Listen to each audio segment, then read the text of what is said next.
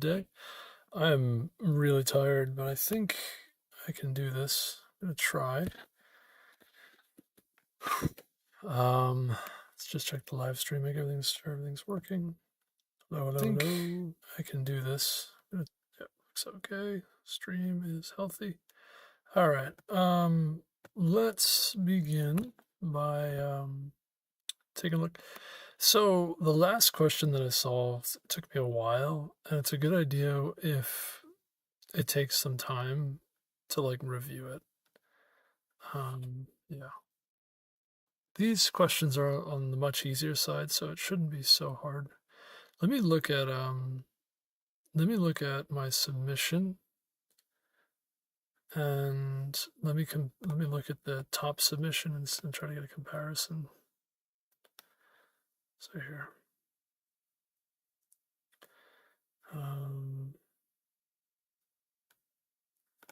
Double check that it works. It does. So this is merge in between linked lists.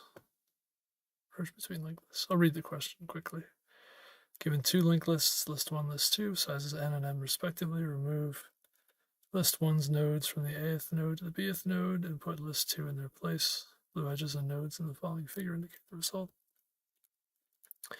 Build the result list and return its head. So to give some examples. But what's important here is the constraints. So the first list is between 1 and 10,000, the second list between 1 and 10,000. Excuse me, the first list is between 3 and 10,000, and the A and B values are going to be between 1 and the first list length minus 1. And actually it's less than that as well.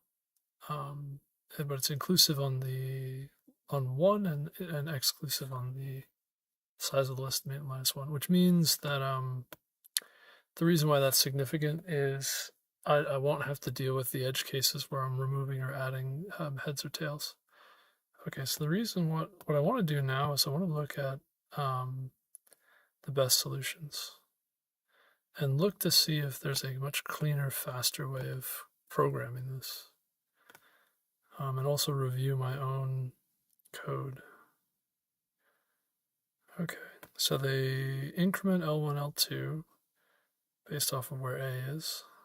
Then they have n is B minus A.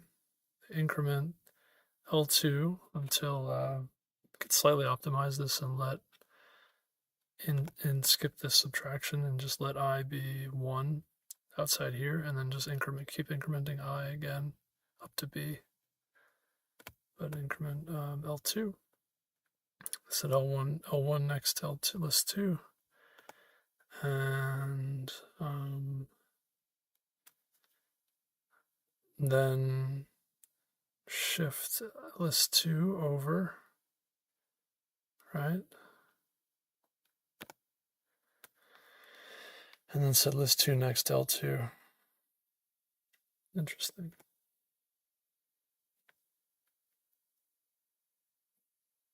That's pretty clean. I mean, given that you don't have all these extra cases to work through, it's not a bad way to do it. Let me see my own solution. Again, so yeah, we're not handling these cases. We don't need to add a sentinel either. None of that is necessary. So I'll do L1, L2. Let's actually rewrite the whole thing. We'll just rewrite the whole thing, keep it simple. They didn't delete the memory, by the way, which is kind of a mistake. All right. I like L1, L2 though. That's a good way of doing it.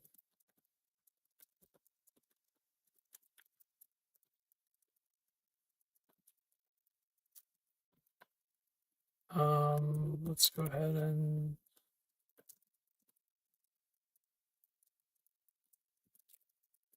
less than A, I.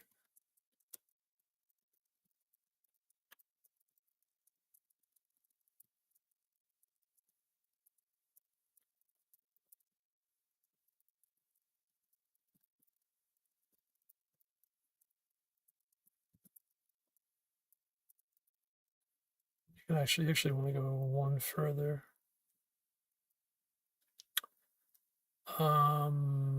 Yeah, I want to go one further. And then do L3, or list 2 rather. So now we can say L1, next, list 2.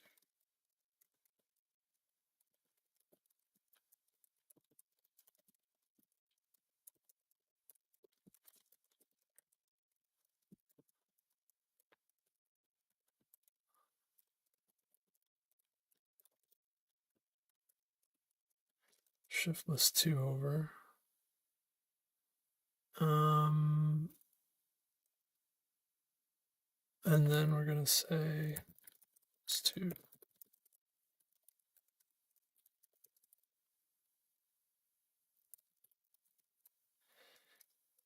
I do want to delete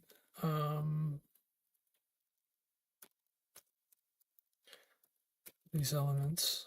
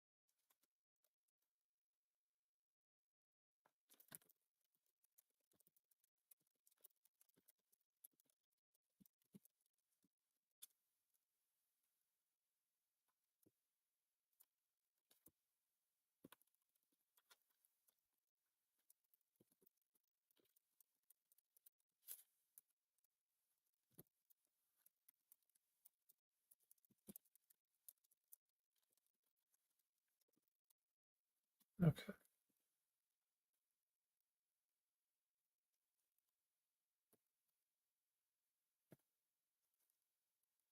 Something like this to delete the memory in between.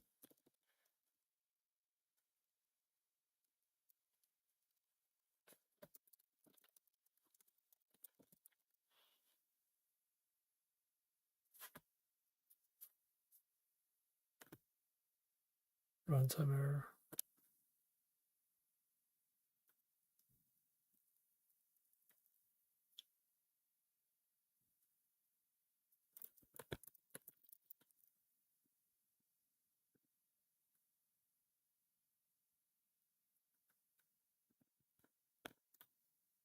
Wrong. Okay.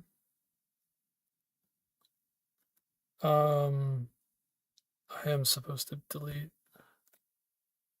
L2, I think.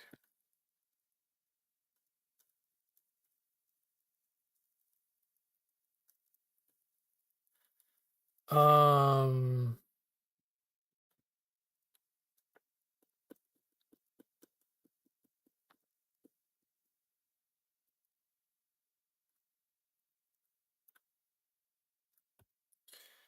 mm,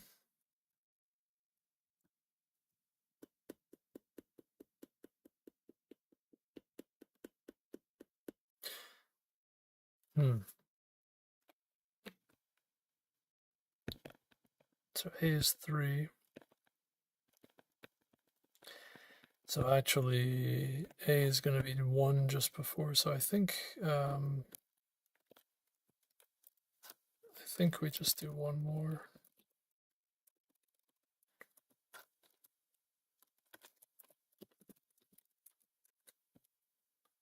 It might be that simple, just to slide off by one error here. Yeah. Okay.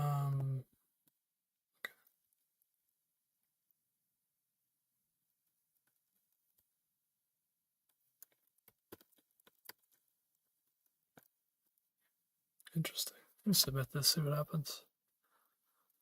This took a while last time to program for me. Okay. Slide off by one error, but yeah, this is definitely a much faster way to program this, although having the deletion part is a little bit more involved. Yeah, this is pretty clean. This is quick. You can do this in a few minutes. Let's see how we're doing here on the stream. Is healthy, I think. It's good. Yeah. So we'll do one more submission. Okay. All right. Yeah, it's good to review questions that took you a while. It did take me a while first time.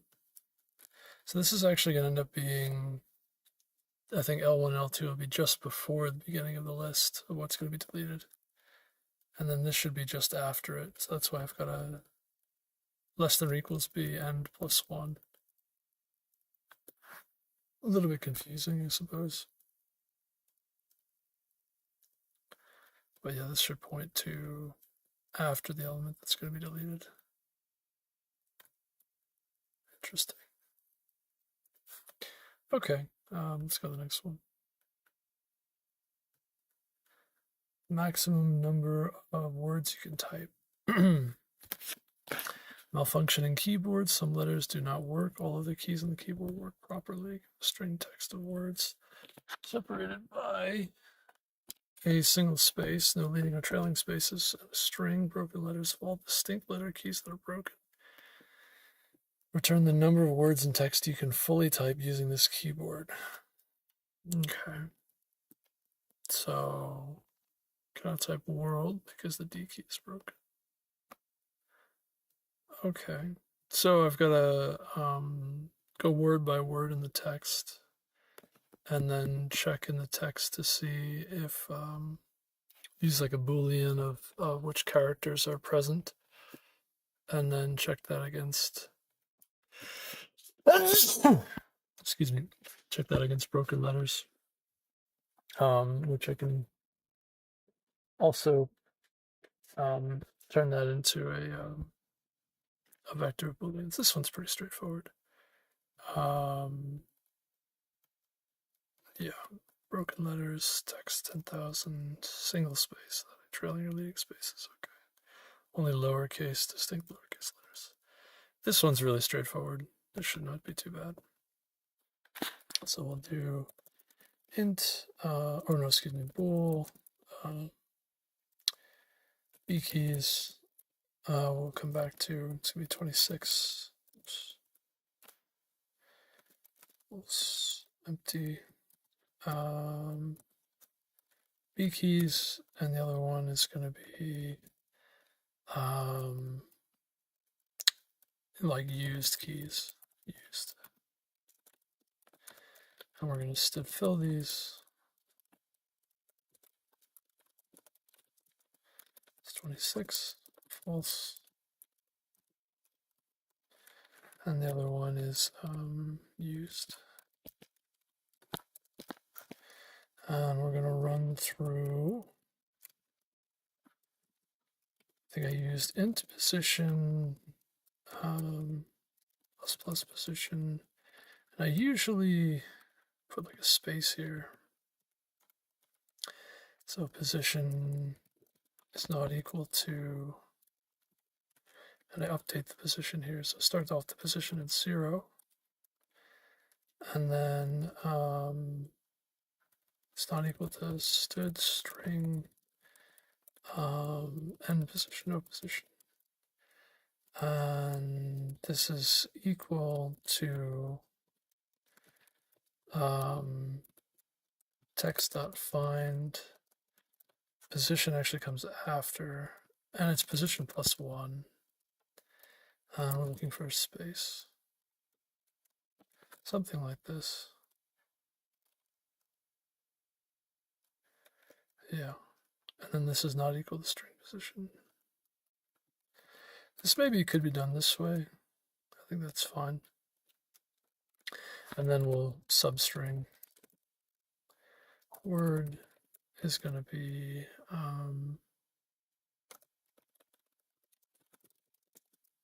I think I could just do word.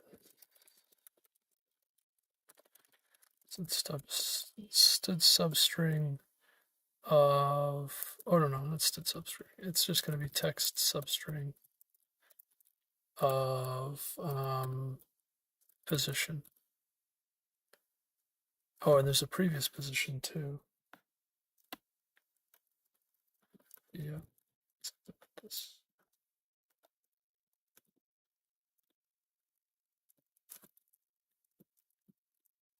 Oh yes, I do want to do a couple of these.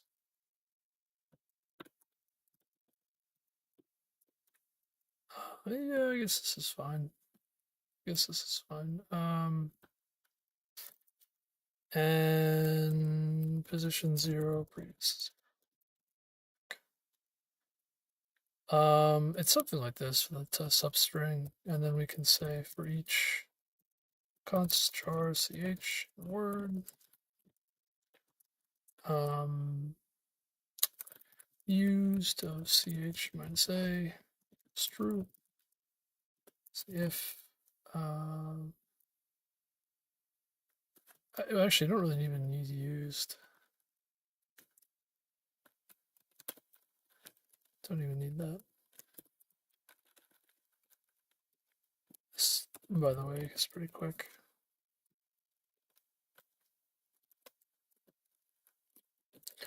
Const char ch in broken letters.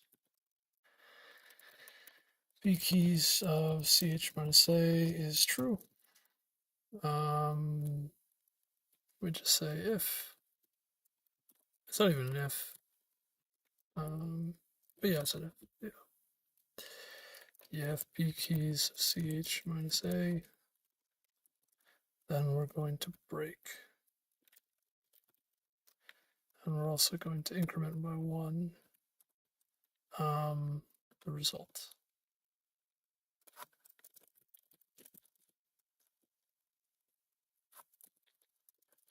And then return the result. I think it's that simple. Just need a routine that quickly loops through each of the substrings, and then also quickly assesses whether or not these are broken. It's actually the other way around. It's going to be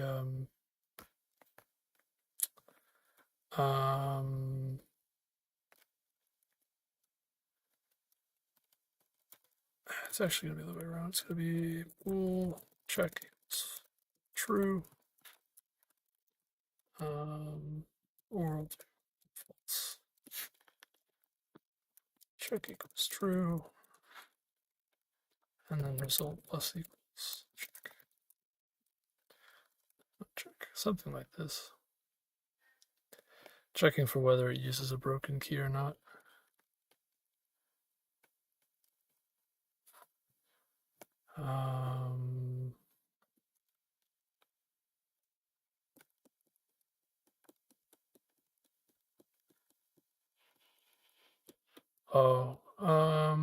And then have to just do this one more time at the end.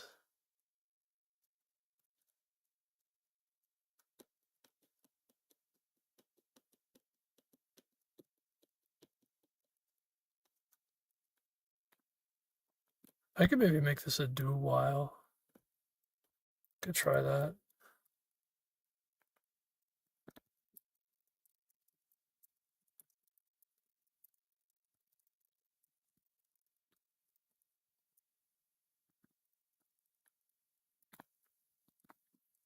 Instead of copying this code several times.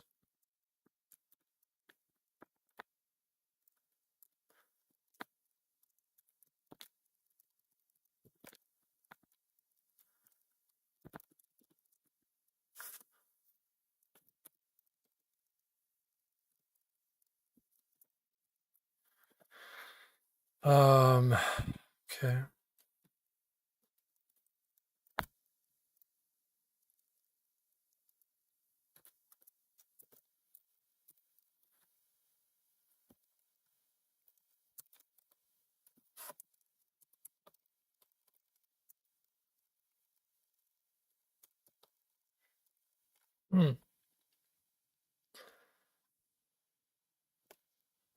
And by several times, I mean twice. I could copy the inner loop a second time, but why not? Why not just make it a do while? See where that goes.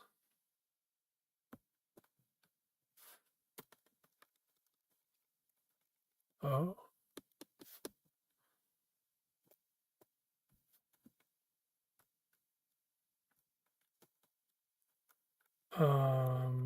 Oh, maybe.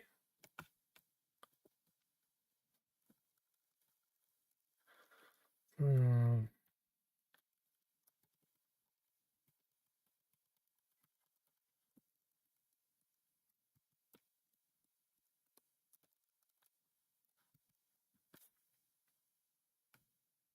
Also might need to be like this.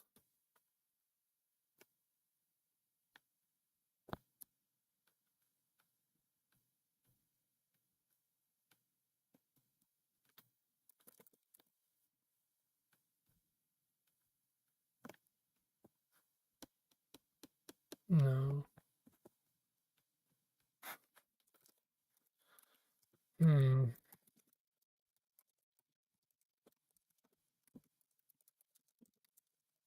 I think I need to practice this a little bit more, like this text processing in C++. Oh, that's interesting, huh?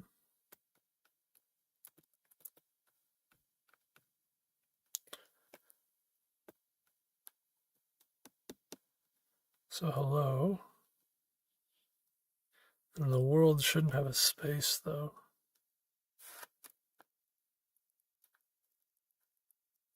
The previous should be position +1.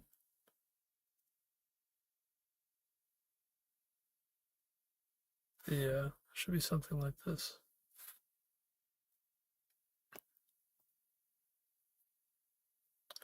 Uh-oh. What's up, bro? Are you just solving these in your car? What's up, Himanshu? I am in my car. Oh man, look at this. Huh. Um. Oh, that's interesting too, huh? Increments the position, but it's so interesting.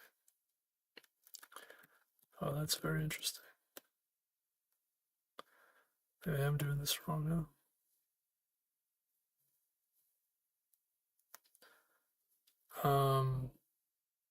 Yeah, I am in my vehicle. Okay.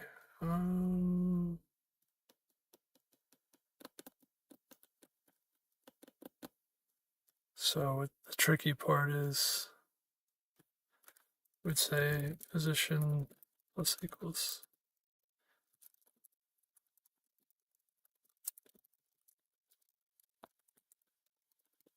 This is a little awkward. Something like this. If it's the end of the string, we don't want to add one, but if it's not, we do want to add one.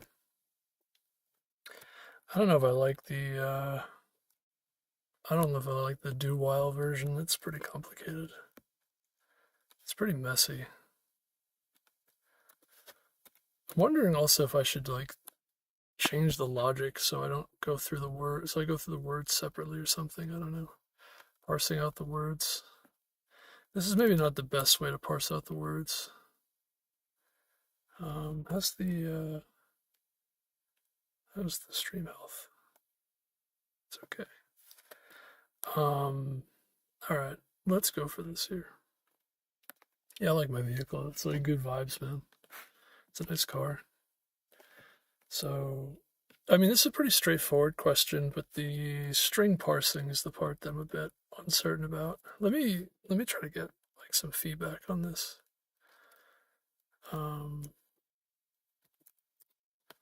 You ready for this? Here we go. Let's do a new conversation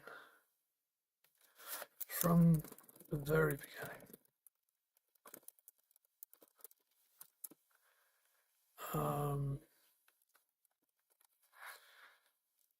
Let's see. How would you improve the above code so that it is much easier to understand and to type when prompted to do so. When the word parsing is required.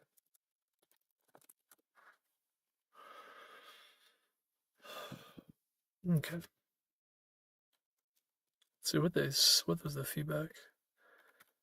Count how many words in a given string can be typed using keyboard. That is certain broken letters. Works when creating Boolean array. Marked letters broken. Iterates through each word. Split by spaces. Its characters are in. None. It's counted. Turns the total. Logic is correct, but can be simplified using standard library functions like iString stream for word splitting or stood none of for checking broken letters. Okay. Use iString stream with the extraction operator. This avoids manual find substring logic and makes the code more intuitive. Cleaner version. iString stream the text word, while ISS word. String can type true, can type false. Oh, that's so much easier. Simpler word parsing, ISS word automatically splits on white space. What's ironic about this is that I had an interview that I actually made a mistake on this exact thing. I just forgot that I could use ISS, the iString stream, and my code was so much more error prone and not as clean as it should be. Okay. Interesting. Huh. How about the can type logic? Maybe there is a cleaner approach there. Suggested using none of. Okay. So yeah, let's do that. Yeah, this is like way more complicated than it needs to be. Let's use a string stream.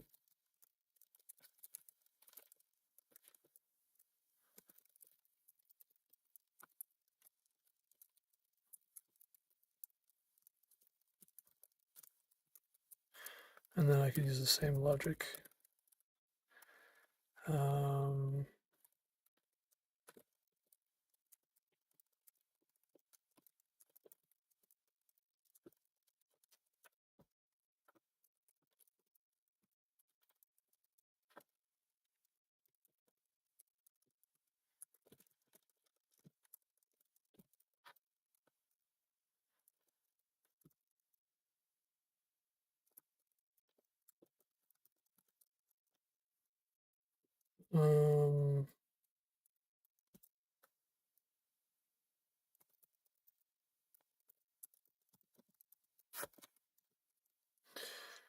So if this is true, so it's going to be the truth table is going to be typable and B keys typable. It's going to be 0, 0, 1, 1, 0, 1, 0, 1, and typable should be 1. So if it's not typable, then it should stay not typable. If it's not typable, it should also stay not typable. If it's typable, but B keys is 0, it should stay typable. And if it's typable, but B keys is 1, it should be not typable. So that is not an AND, not an OR, not an XOR. That's basically like an if statement, and like if then A implies B. A implies B, I think, is equivalent to like not A or it's A or A or not B. Yeah. Almost. A or not B.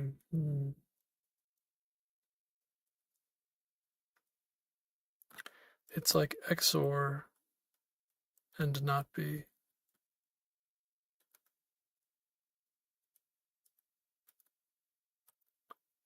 We can go with XOR and not B.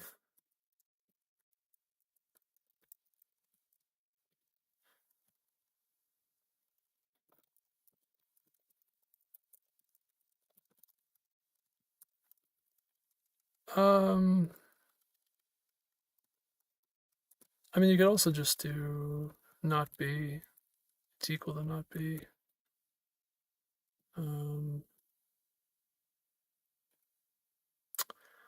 No, that doesn't work. No.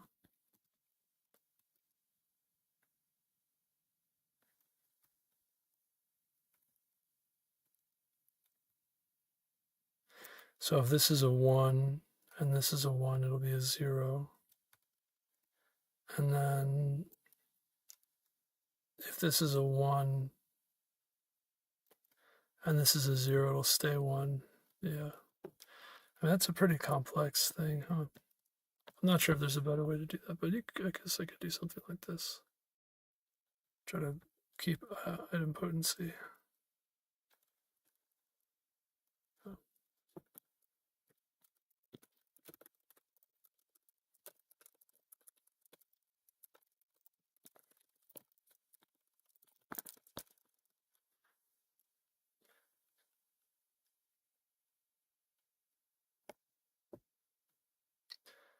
Let's see how far this goes.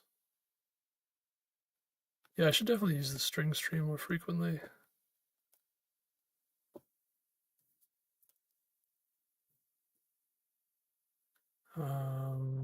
No from the algorithm.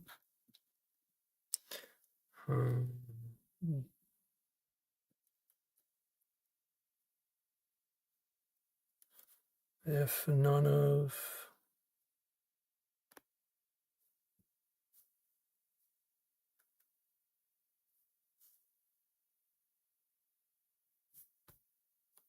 let's try none of.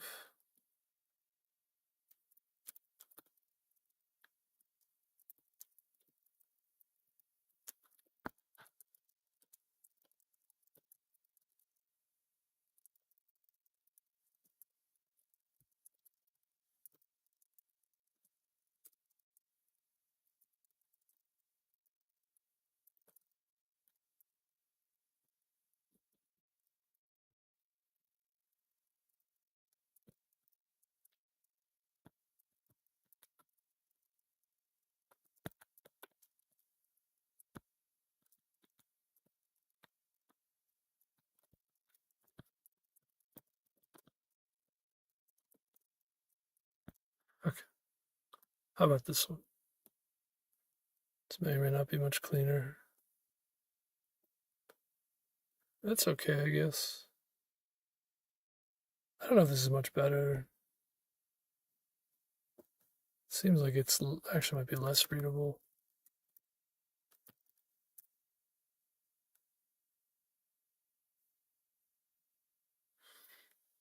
This is pretty clean, though. Excuse me. Yo, bro, since how much time have you been doing LeetCode? What's up, Nimbuda? Hope your day's going well. Welcome, welcome. I've spent years. I mean, I think I've been doing LeetCode style questions since like 2012, something like that, like 13 years. I did a different website back then though. LeetCode was actually kind of new at around that time. I didn't create an account on LeetCode till like 2016 or something though, 2015, something like that. We could take a look. But yeah, that's a pretty clean approach. I like that. Using iString stream is pretty good. None of. Oh, how might you improve this?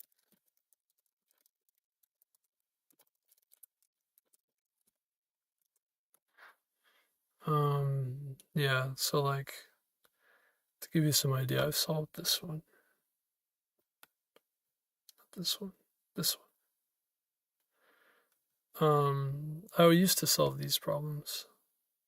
This one took me a long time. I looked at it recently, like maybe a year or two ago, year and a half ago, and I solved it in like 3 days. But before that, it took me like 9 years. And then we can look at my problem project, my my coding page. If we go to years, yeah, 2017.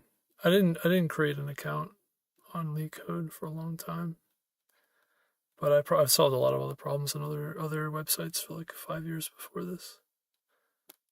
So yeah, like around like 2012, 2013 is when I started doing like a lot of these.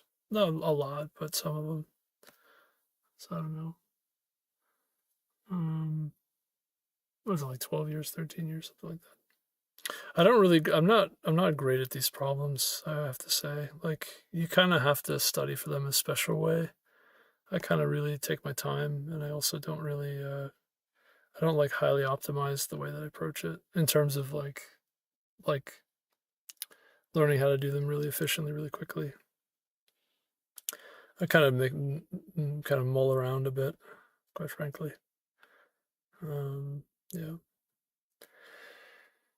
I like to think about stuff. Quite clean and readable. Few targeted improvements, enhance clarity, correctness, and idiomatic style. Remove redundant fill. Sorting value, initialize the rate of false. Okay. Simplify lambda capture. Okay.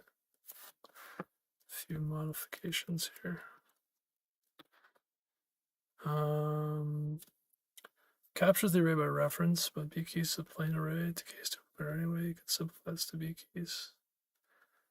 For brevity, only B keys is used. That's not really a good habit, though. Also fine. Yeah, I'll keep that out of. It's a better habit to do exactly what you need in the lambda. Range base 4. Range base loop with a helper or streams iterator. Simplicity and clarity. The current loop's acceptable. Alternatively,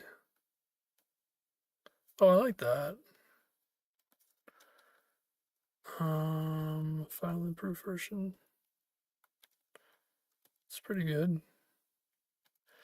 What would it look like with the iStream iterator?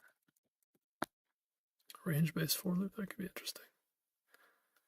Yeah, I actually like this a lot with using a for loop, using string word here.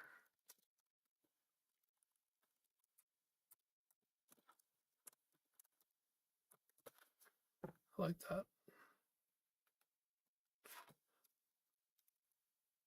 More concise idiomatic STL based approach. Function would look count if. Oh, look at that. Huh. Oh.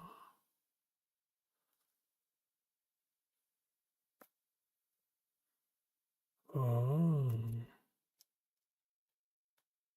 Well, I like that very much.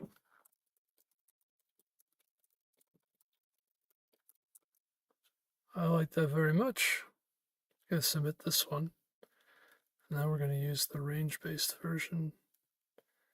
So it's count if. Okay, let's go with that. Count if. It's going to be stood iStream iterator of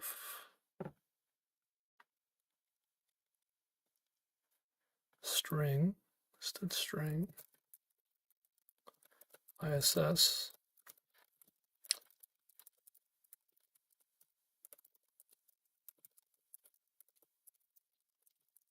and then that's the ending one. And then it's going to be just the function, which we said is just going to be B keys, const jar ch, return, oh, no. It's going to be stood none of.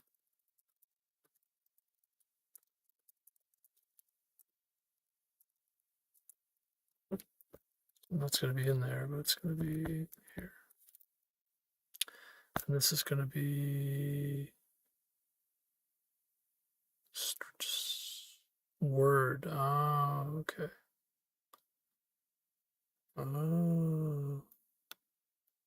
So I need another lambda.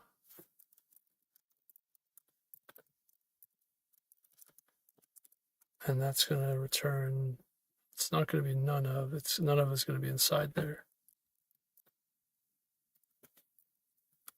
So return none of. I don't know if this is much better though, much more legible than the previous one.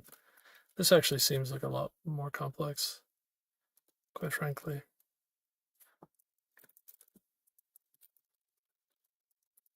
So for each word, we're going to have none of.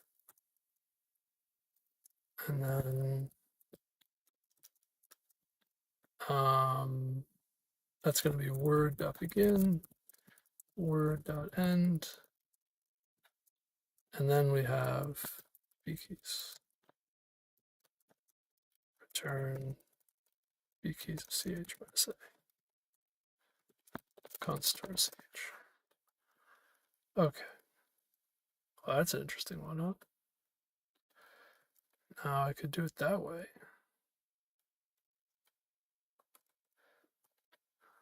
Let's see if this compiles. Whoa, that's really cool. Thanks. Started 3-4 months ago, just trying to be better at it. Yeah, good, man. That's good. It's not, you can actually do LeetCode in like 2 months. You could do all the problems, basically. Well, I don't know how much you're going to get out of it if you do it in 2 months, but you can, I think in theory, you could do most of the easier ones. You could do, there was a guy who was like, he posted, he did like 25 a day for a while, like every day he was doing it. But I don't know how much you're going to learn and retain if you like really cram it. And like, for me, I like to kind of practice. Like I said, like you see me kind of like iterating through different ways that kind of improve the way I program it.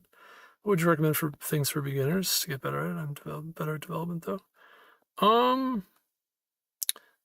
The best thing to do is practice. Get plenty of sleep, practice, learn stuff, read things. For LeetCode, it's more about the algorithms. So like if you're doing hard problems, for example, like it's not really a good idea to try to come up with the algorithms on your own because it's just going to take you too much time. There's too many questions and too many algorithms, and it's better to like focus on specific algorithms and then do questions related to those algorithms. There is such a thing as like ad hoc questions, which are kind of unique algorithms, like unique to that specific problem.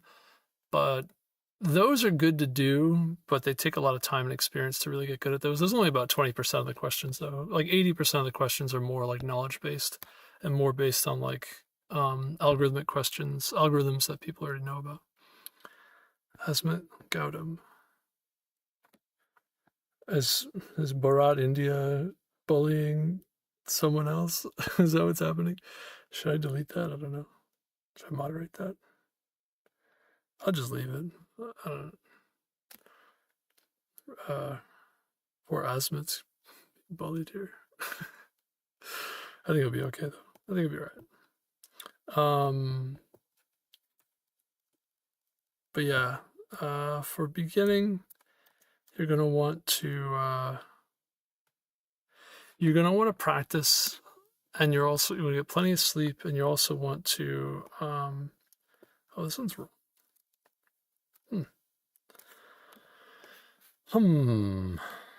Interesting.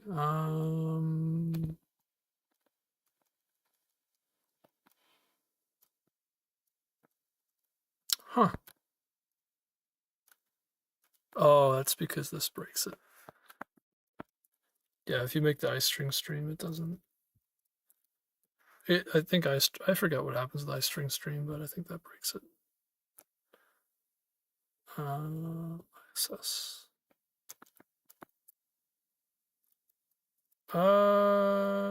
Is this the text or ISS? How did they do it? No, it's ISS. Yeah.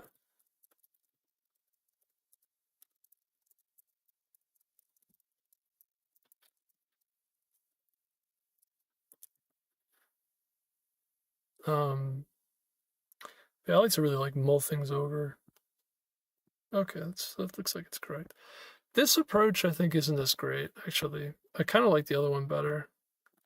the reason why this isn't great is I don't think a lot of people really use iString streams that much, iStream iterators that much, and like this nesting is kind of awkward. Like, yeah, you could figure out what's going on here, but it's just like a nesting of lambdas and return valid statements, and you kind of look at it, it looks like gibberish a little bit. Like, this isn't great. It is technically like just a couple lines of code, sort of, but I think this one's actually better. I kind of like this more, the one that I had before. It's pretty clean.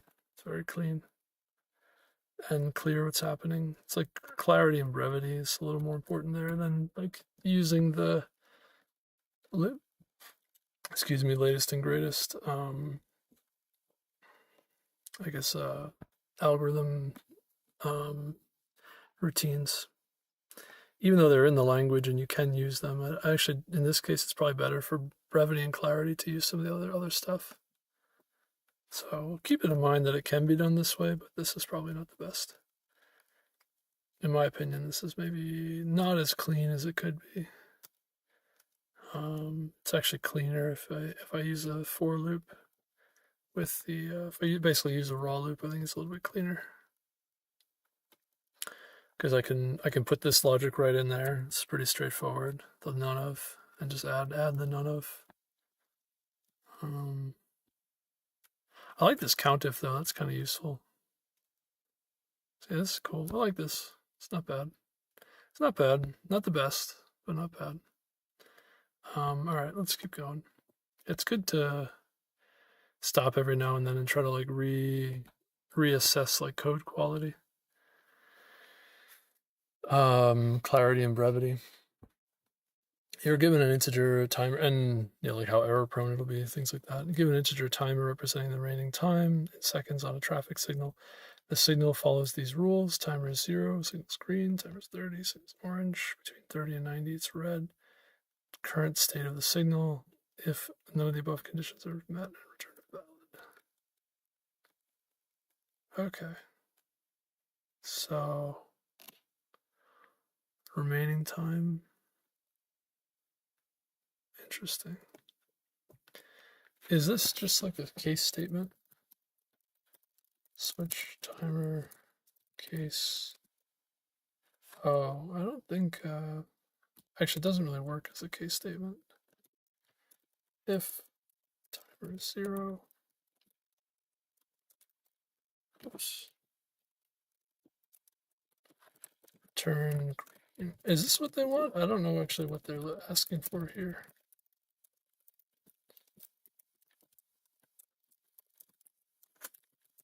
The case statement would be a little awkward here.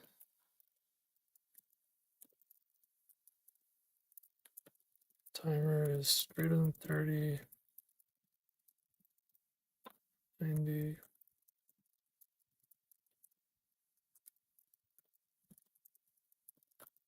And everything else. I don't know if I really understood what they were asking for here.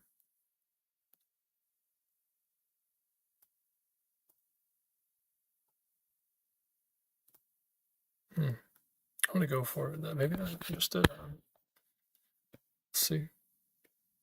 Okay, yeah, that's what they wanted. All right. There's not much to say about that. That's probably about as good as it's gonna get. Something like that. How am I doing on time? 450 minutes. Okay, I spent quite a bit of time kind of looking at ways to better my code before. Maximum odd binary number given a binary string S that contains at least 1, 1. I have to rearrange the bits in such a way the resulting binary number is the maximum odd binary number that can be created from this combination. Representing the maximum odd binary number that can be created. Resulting string can have leading zeros. It's just 1, 1, last position. Yeah, so this should be pretty obvious. If I understand this correctly, you put a 1 at the beginning on the right side and all the other ones on the left side. Yeah. So we'll count ones, count zeros. Let's use COUNTIF. Constant ones, num ones.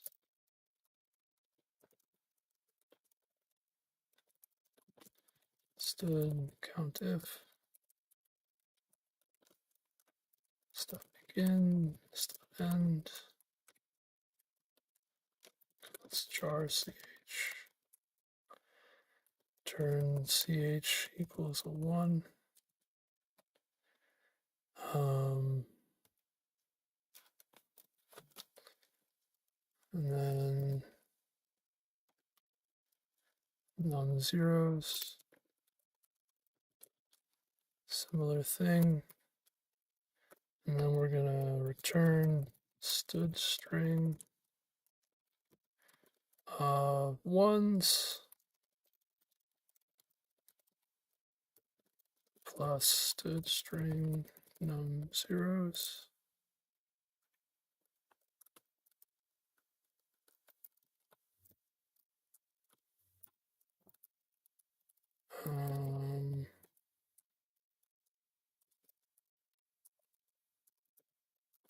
Plus a 1. Something like this. I think it says there's always going to be at least one. Wrong answer. Okay. Oh, there's a U though. Okay.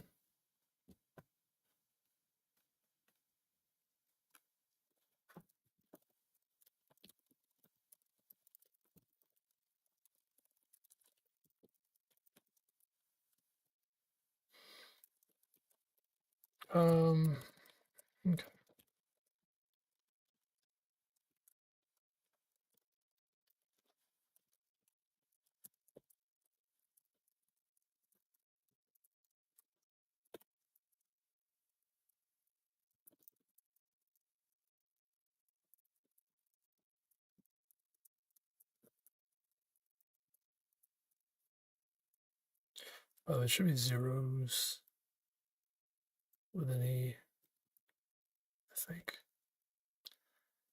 Could be wrong about that.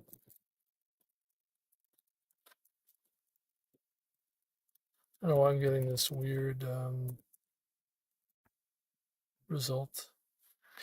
How many questions did you solve today, bro? I'm first year in BTech CSE. Any advice regarding this? What's up, Praj Wakat, TR, and Hitman Gaming? Welcome, howdy, welcome. Today I solved like 10, 15 questions. It wasn't that many questions. Loaded plus equals. What is, give me 1 second. I'll give you some advice in a moment. Let me just see. Let me see if I can find,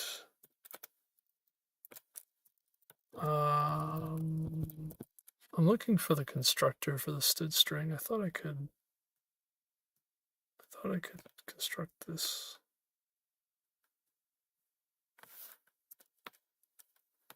Give me 1 second here.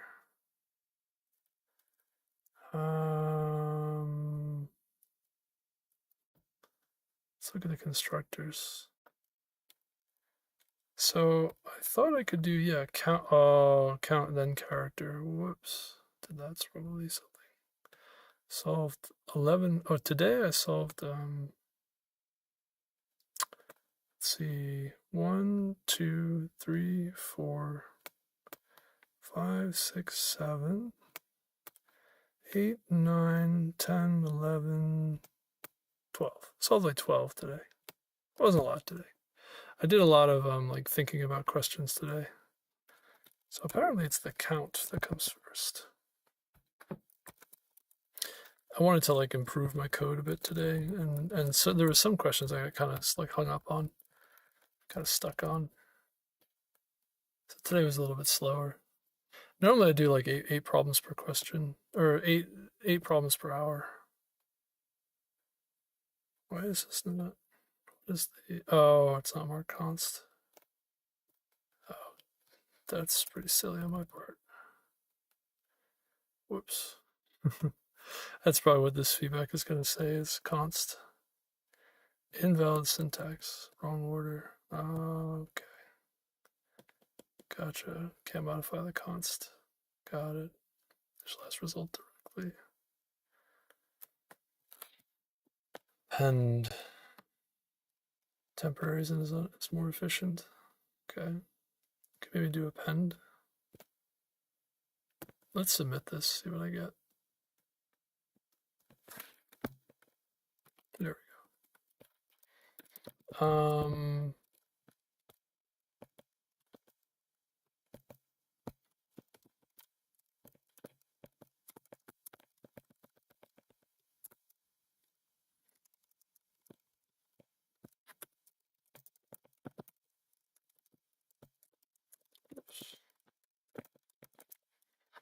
How about this one?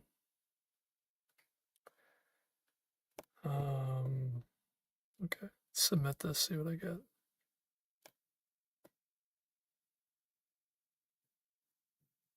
Okay.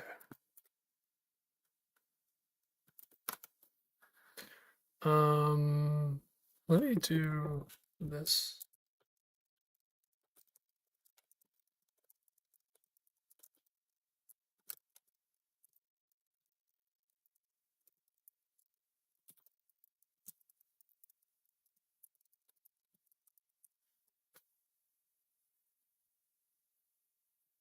What? Oh, okay, I was gonna say, how would you simplify and optimize this? Count ones in one pass, did count instead of count if with a lambda. Avoid redundant counting. Oh, that's a good call. Count ones in one pass. I didn't think about that. Let's submit this one too. Oh, okay. What does did count do?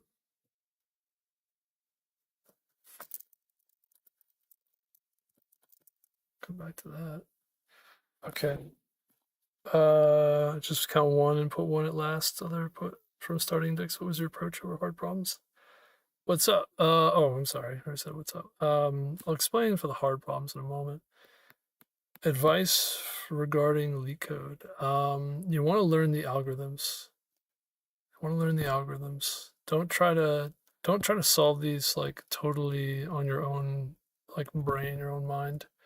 You want to learn the useful algorithms and utilize those. It's like the best way to do it. Let's see, and there's always more to learn. Let's also be like humble. It's all kinds of stuff to learn. That's always easy advice. Have some humility. Some guys really struggle with humility. Some people have a hard time admitting their mistakes. Oh, that's the count. Oh, there we go. Okay.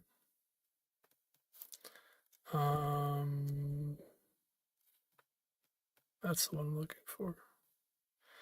Oh yeah, so it's just input, output, and then the value. That's cool. So that's a lot easier. And then num zeros is going to be s dot size. Also, a slight optimization is to make this a reference minus the num ones. How about this one?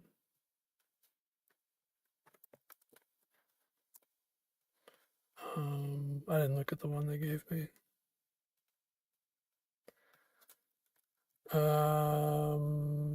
They did.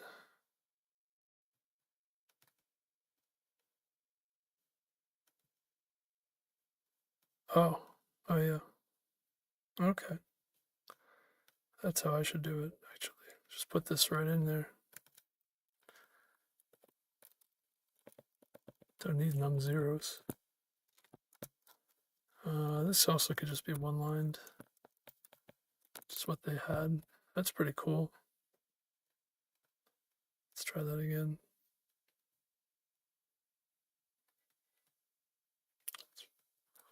Oh, it's very brief. Clear. I spelled brief wrong.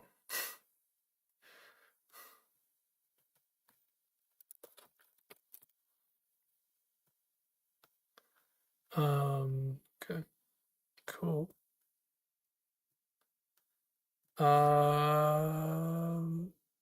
Concatenation is efficient due to C++ move semantics, which eliminates most temporary object overhead. The expression creates temporary strings, but they are moved rather than copied, resulting in minimal runtime costs. In this specific case, the performance optimal, the code is clear, no change needed. Sweet. Sweet. There you go. So that's a much faster way to program this. Let me submit it one more time just because we get 7 milliseconds. It's pretty good. It's pretty good.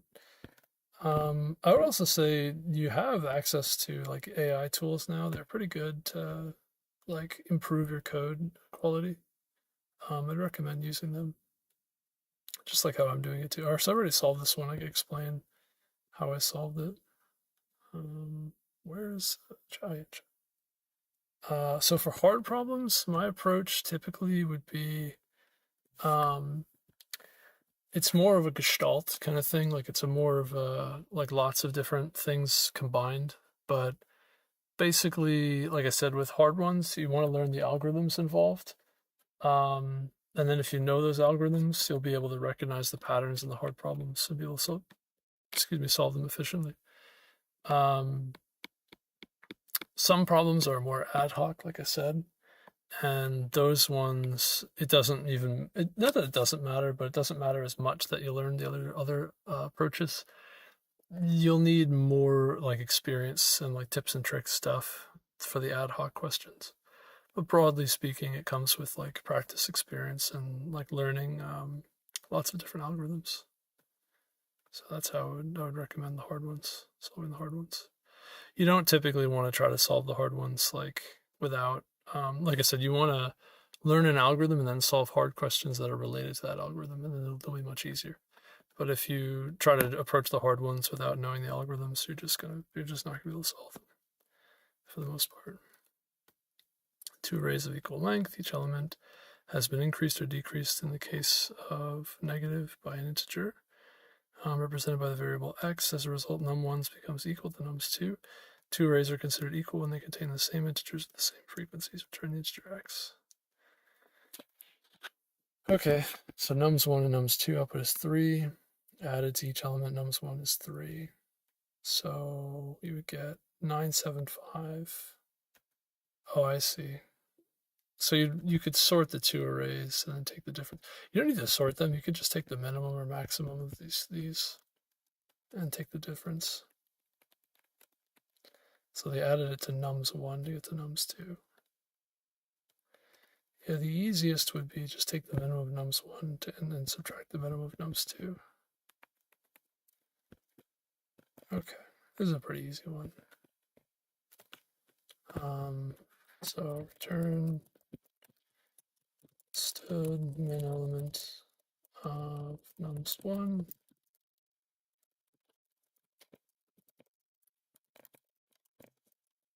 minus std min element of nums2.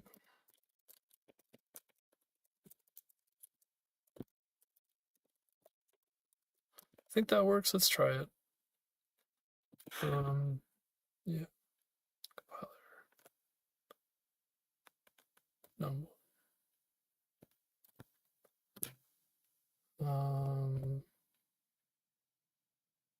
It's wrong. Oh, I guess it's the other way around.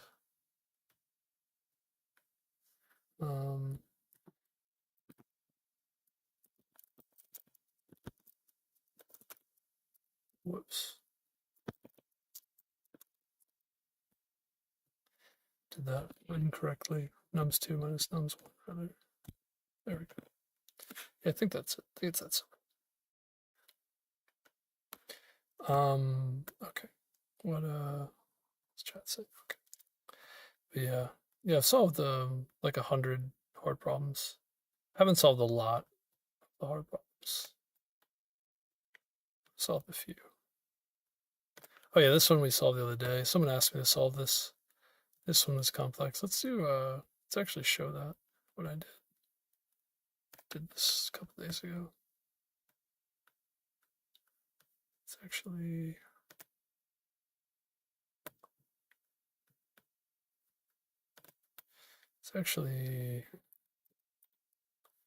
go through this again. I'll explain this one in a second. So this is a hard question. Oh, not the editorial. Okay. So I'll explain what this is and how I solved it. Let me just go through here. Okay. N by n integer array grid. Grid of ij would be a few different things. 1 is a starting square, 2 is an ending square, 0 is empty squares you can walk over, -1 represents obstacles you can't walk over. You do 4-dimensional walks from the starting square to the ending square, but you've got to walk over every non-obstacle square at least once. So you've got like a robot, a target, obstacles, and you've got to go through every square at least once. And they want to know how many paths possible. You could use dynamic programming for this, I believe, but these are Hamiltonian paths, and there aren't that many grid cells to work through. And also, not only are there not that many, but during the backtracking, it's very, there are a lot of paths that get eliminated. So this is basically, you're going to use a backtracking algorithm to solve this. And backtracking gets kind of involved. There are a lot of elements to it. But this is the solution I went with. And I started with, I counted the rows and columns, how many there are of each. I had pairs for the starting and target positions. I counted the number of spaces that are empty.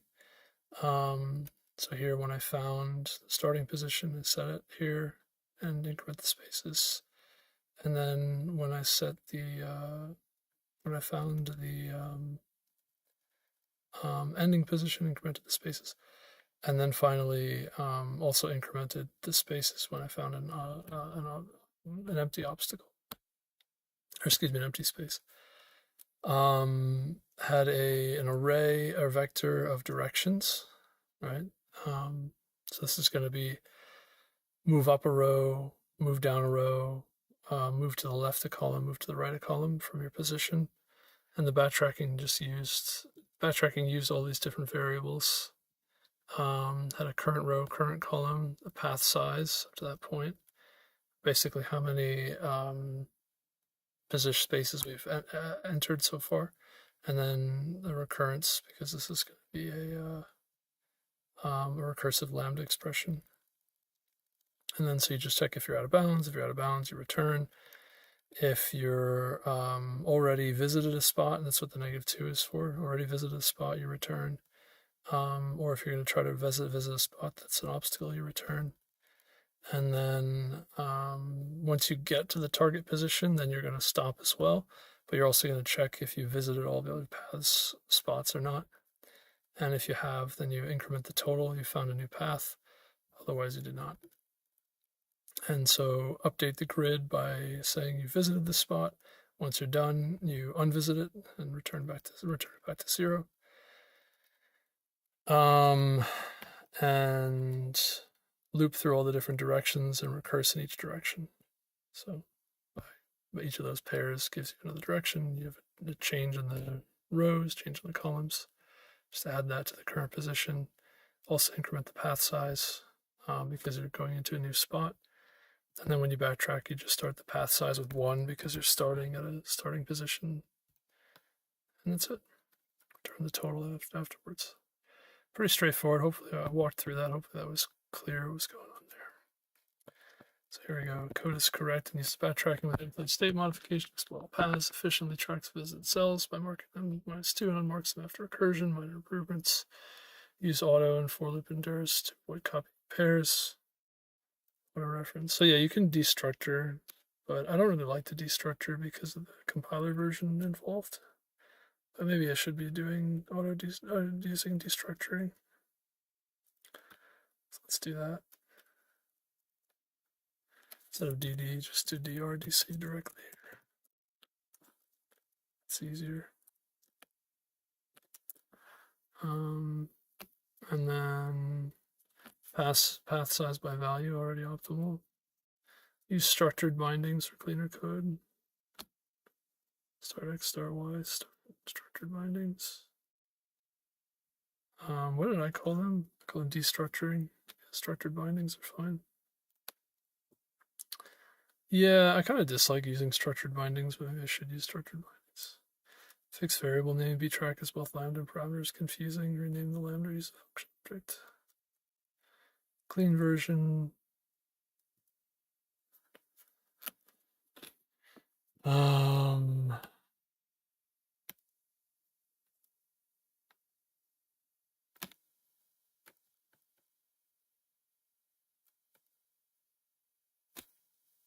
Function DFS.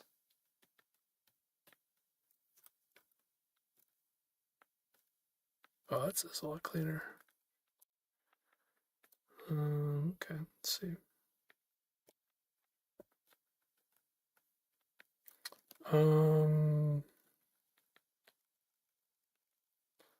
This also could be static too.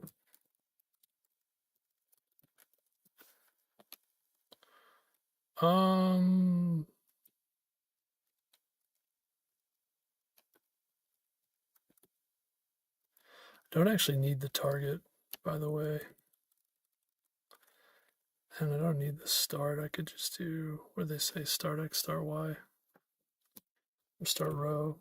Start row.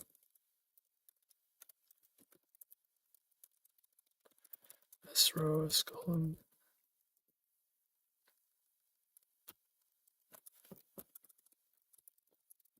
I don't need the ending position. Because it's this one. Target.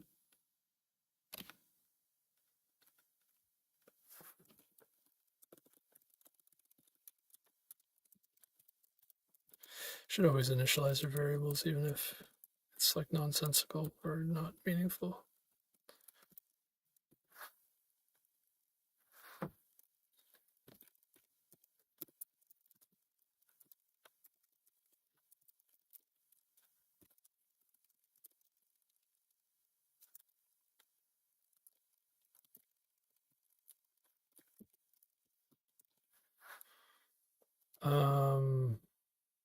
Yeah, as long as it's not equal to -1, you can increment there.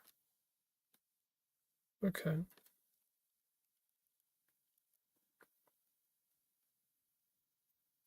I did IJ. I mean, it doesn't have to be IJ. Maybe a little bit cleaner to use IJ.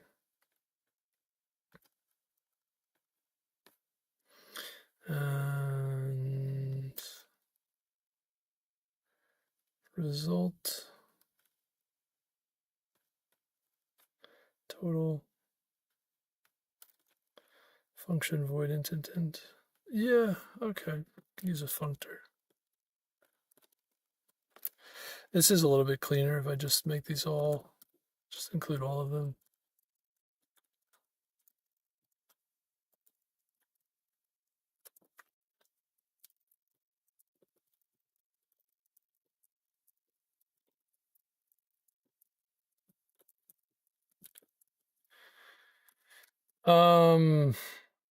It's void int, right? Yeah.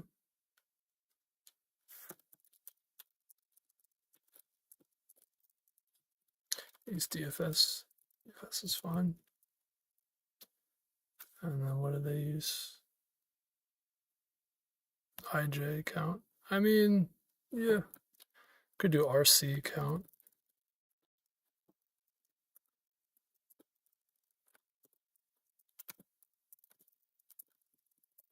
There's no real reason to make those const.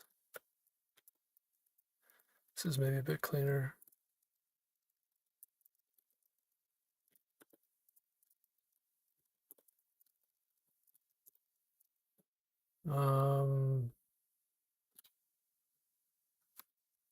Yeah, they did put this here.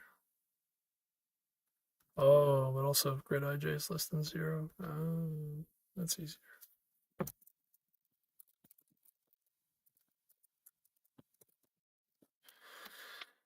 It's a good point. Don't need that one here.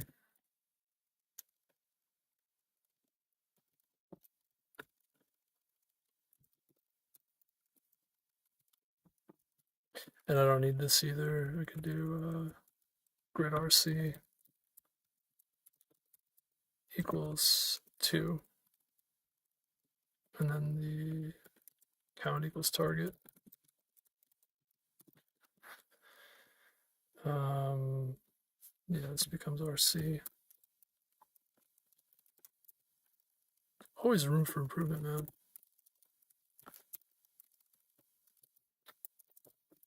And I don't need this anymore. And I guess I can just call DFS, call itself. Is that correct? Yeah, it's fine.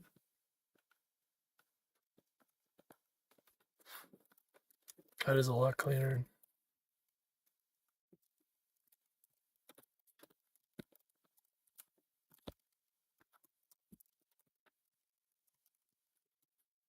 Hmm.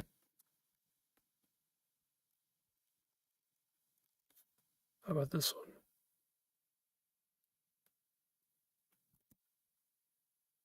Spaces. Should be target.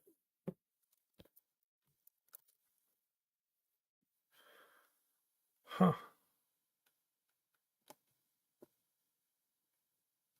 There you go. Hello. What's up, Demonic? Hope your day's going well. Welcome, welcome. Howdy. So yeah, this would be one of the approaches for a hard problem. Someone is asking, like, how do you approach hard problems? Obviously, this is something that's like pretty well practiced and pretty well, like it's pretty involved here. I've got like quite a bit of feedback on this one as well. Feedback and worked through problems like this in the past a few times and all that stuff. Yeah, function. What's the word? I wonder if I can make this static too. I wonder if that matters. Um, yeah, I don't know. No. Okay. No, don't do that. Yeah, there's obviously a lot of practice goes into this. A lot of different elements here involved. Yeah, I like the DFS approach, or not DFS. I like the functor approach, function object approach. It's pretty clean. It's very clean actually. It's clever. Destructuring. Yeah, saves a lot of typing. I mean, there's not a lot of a lot of code to type here. It's very brief and clear. Let's see what feedback I get now.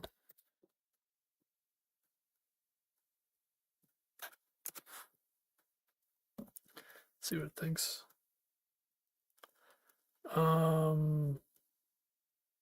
Non-obstacle cells not equal to 1 is target. Function name lambda for clarity. Structure bindings, clear, safer, and idiomatic. Yeah, it's pretty good. I like that.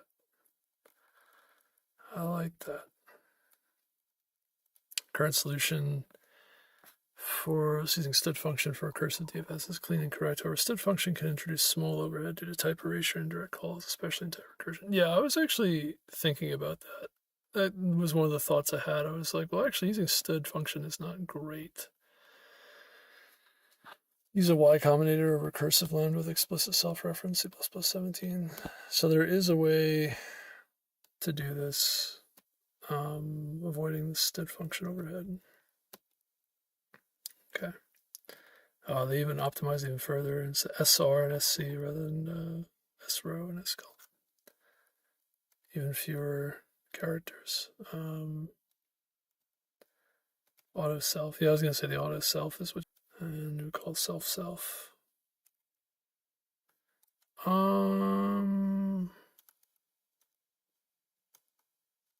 Okay.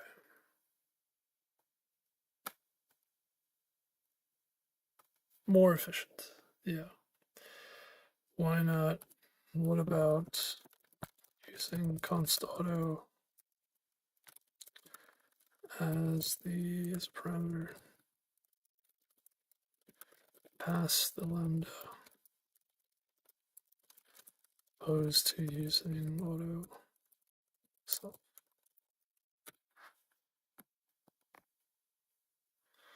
So yeah, it kind of told me that the version I had before wasn't the best, but I was like, actually, it's not as performant. I kind of knew that.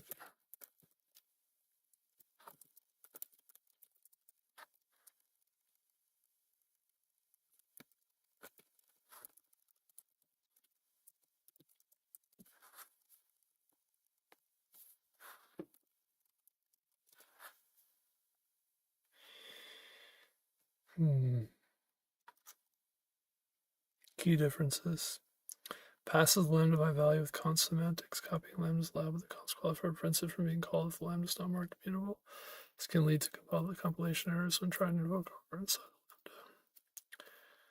lambda. Auto self uses perfect forwarding. The forwarding reference binds correctly to lambda regardless of value category and allows invocation, especially when combined with mutable or in generic contexts.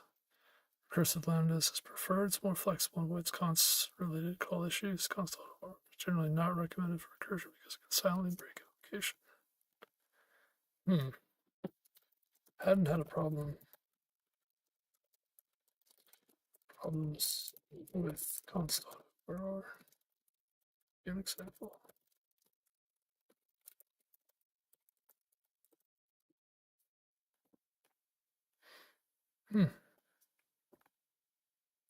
So this works. Yeah, this is the newer way to do it.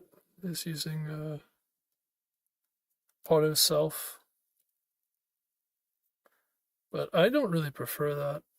Actually, I think it's like kind of awkward. It's not so much that's awkward. It's actually the issue, really, for me with that is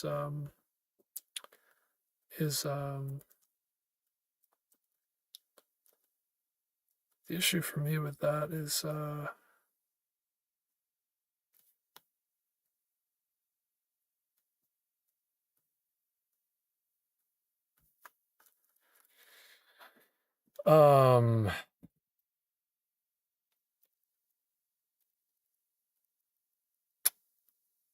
the compiler age is the issue. The concern I have with that is the compiler age, because if you're on a system with an older compiler, then you kind of run into some potential issues.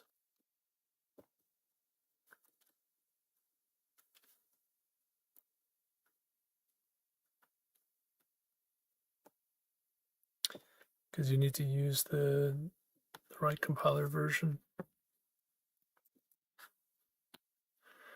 All right, let's see what it says. Okay, using const.r as a parameter for recursive lambdas works because the lambda is passed by value and invoked within its own scope. The const qualifier does not prevent the call as long as the lambda is not stateful or modifying captured variables. This pattern relies on generic lambda C++14 and self-application. The lambda takes itself as a parameter, enabling recursion without std function. Yeah, this is how I prefer to do it. Why it works, reduces lambda type and allows copying, which recursive call passes are. Again, no need for external storage. Avoids std function overhead, trade-off sufficient, no heap allocation, full aligning potential, requires passing whatever call type. Valid and efficient idiom in C++. Okay, so is this better or worse than using auto self effect? It's very similar to this approach. Yeah, I mean, this seems to be like basically the same thing. Functionally similar but different in style and flexibility. Passes lambda by value and requires explicit self-passing. It works, but adds boilerplate each recursive call. Self uses perfect forwarding and is more idiomatic in generic code. Enables cleaner recursion via self without repassing itself. Both avoid std function overhead, but also is preferred. It's more widely used and recognized. Allows move-only captures. Supports better optimization due to forwarding semantics. In practice, they perform similarly, but auto self is cleaner and flexible. Okay. Use that in the future. Hold on a moment.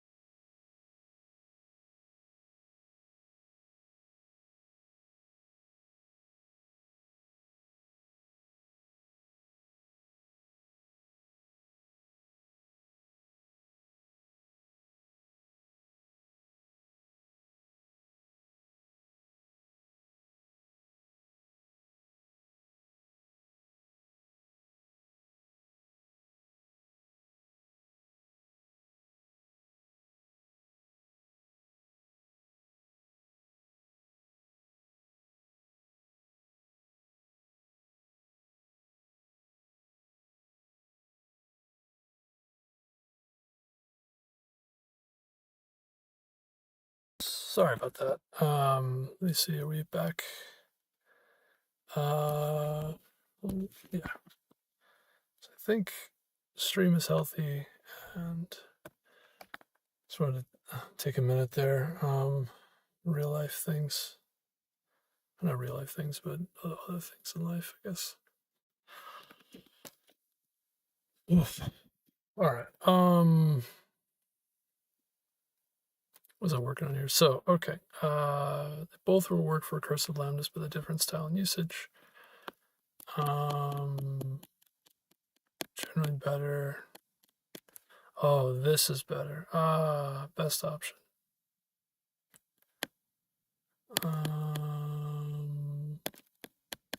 Oh, this auto self is what I should use. Okay, hold on, I'm missing that.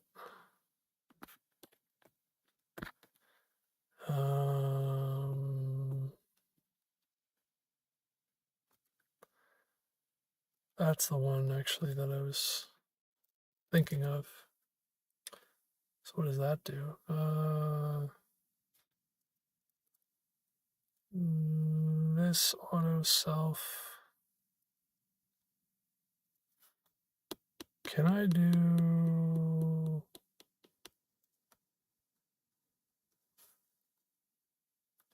I think I can do this with this auto self, which is what I want. No.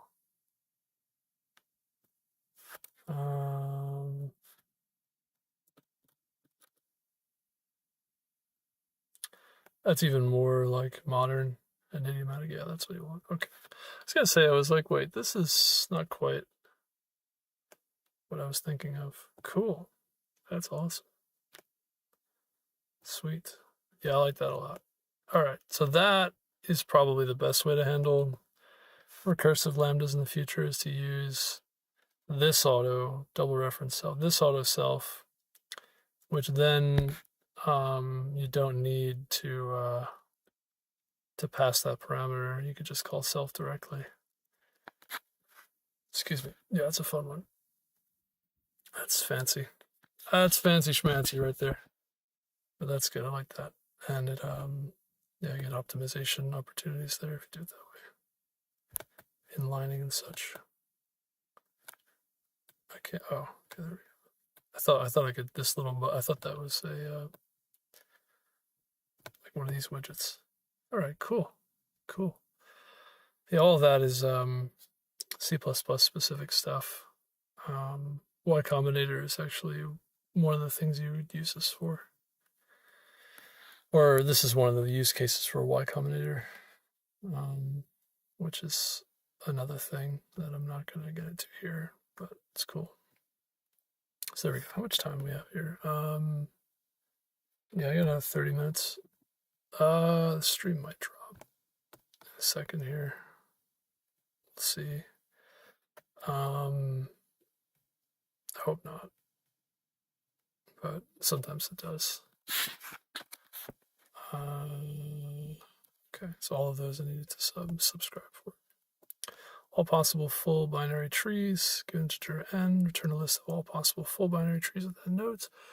Each node of each tree in the answer must have node.val equals 0. Each element of the answer is the root node of any one possible tree. You may return the final list of trees in any order.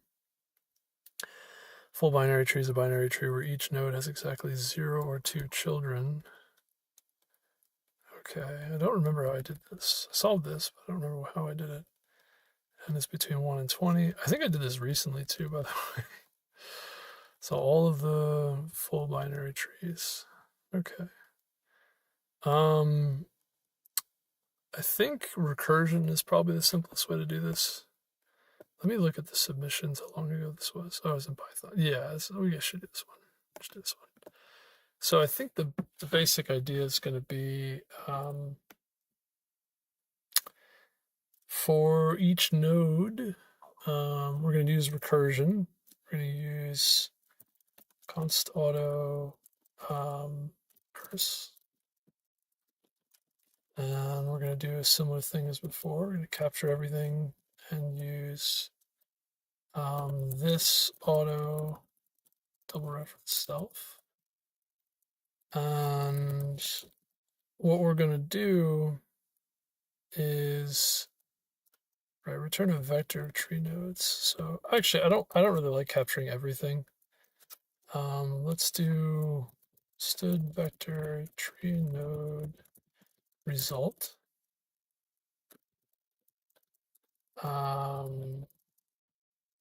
This is going to be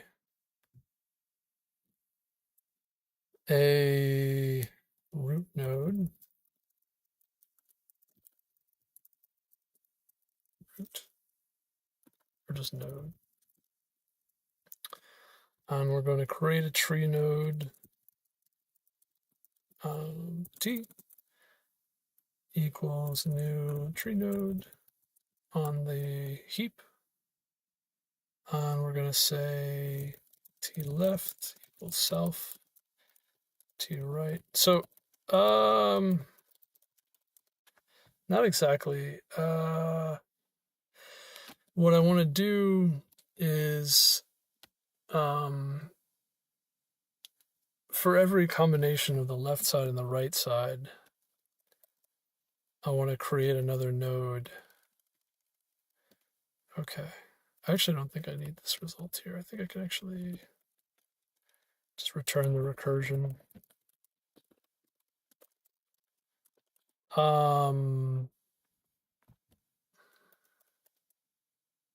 The new tree node.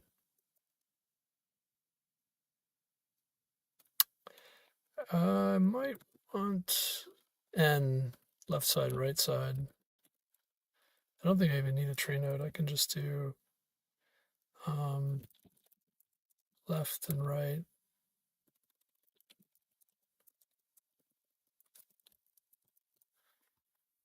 I'm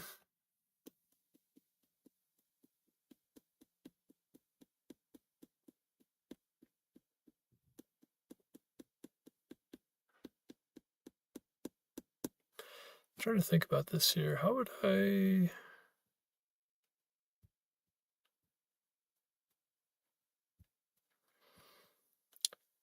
Basically, I do all of the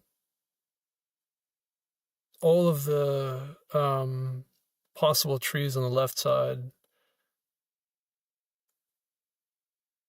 times all the possible trees on the right side, each with a certain amount they target.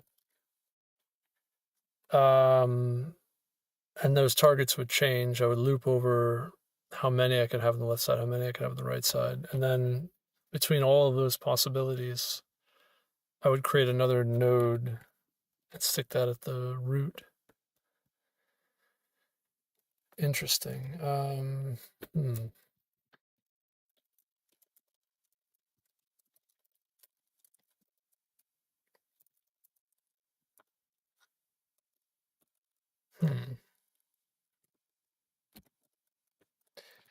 It's going to be something like the following.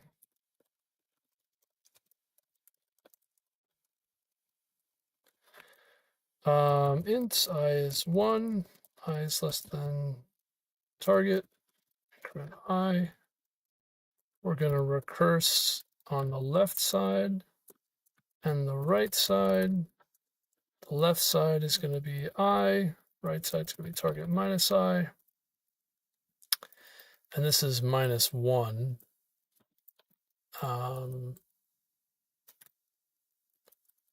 Yeah. And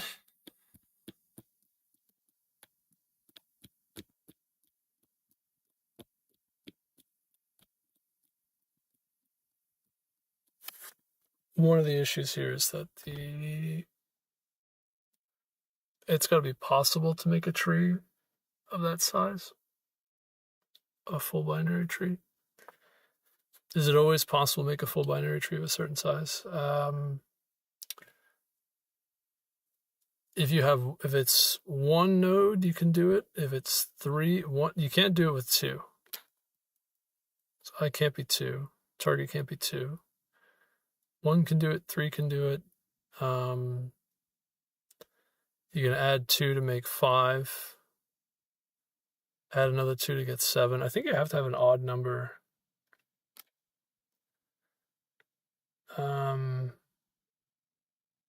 Yeah, if every subtree is odd, odd plus odd is even plus 1 is odd. So I think you can prove that it's always odd. So I is always odd.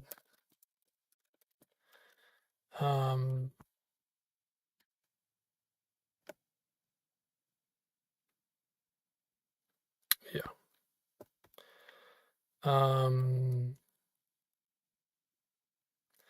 Let me just say if target is not equal to, if I'm subtracting an odd number from another odd number, I'm going to end up with an even number, right? Well, odd minus 1 is even, even minus odd is odd. So these will always be odd numbers. I don't need to check if these are odd or not. Okay, so we're going to have stood vector tree node left and then right.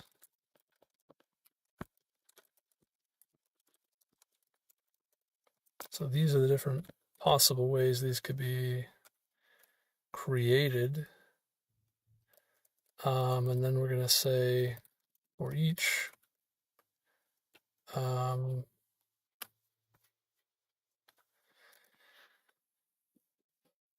const auto or just tree node L in left, tree node R in right. I'm going to create tree node root, root left is L, root right is R, and then we're going to say result dot pushback root. Okay, it's something like this. I think it's that simple.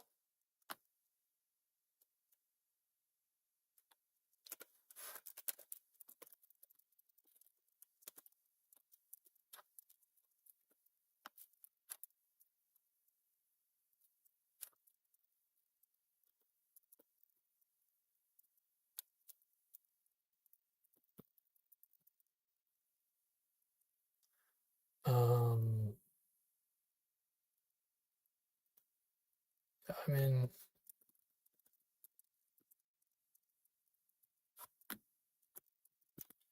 it's something like this.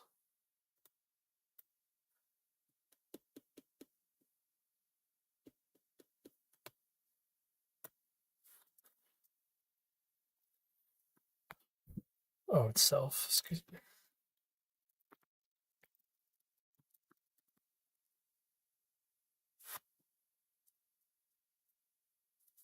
Compiler.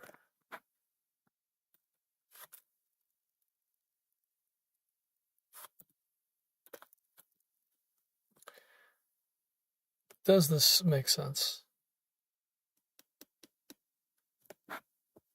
This is just n, not target.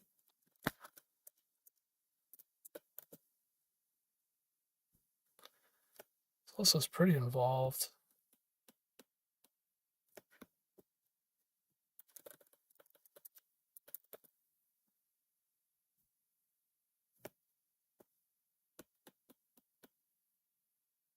Deduce return type cannot be used before it is defined. Okay, it's a subtle thing, but not a big deal.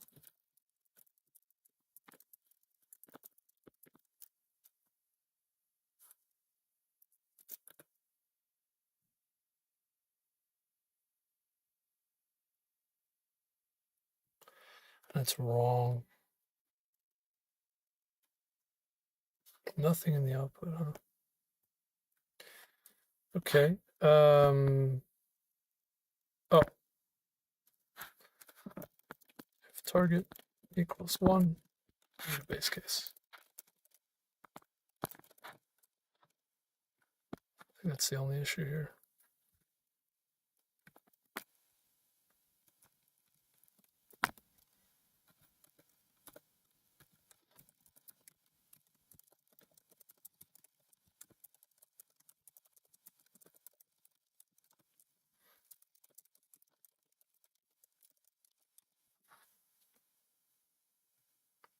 I think that's the issue. There we go. Let me go for it and see what I get. There we go. Sweet. Not the most efficient code, but reasonable. Yeah, I kind of just need to generate everything, don't I?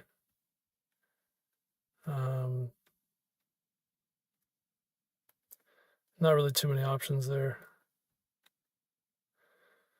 Yeah, like I said, I did this in Python previously, years ago, so it's good to do this again. What were my... Yeah, 2019. Like 7 years ago. Look how much faster it is now in C++ than Python on this website 7 years ago. It's like 100 times faster. It's so much faster.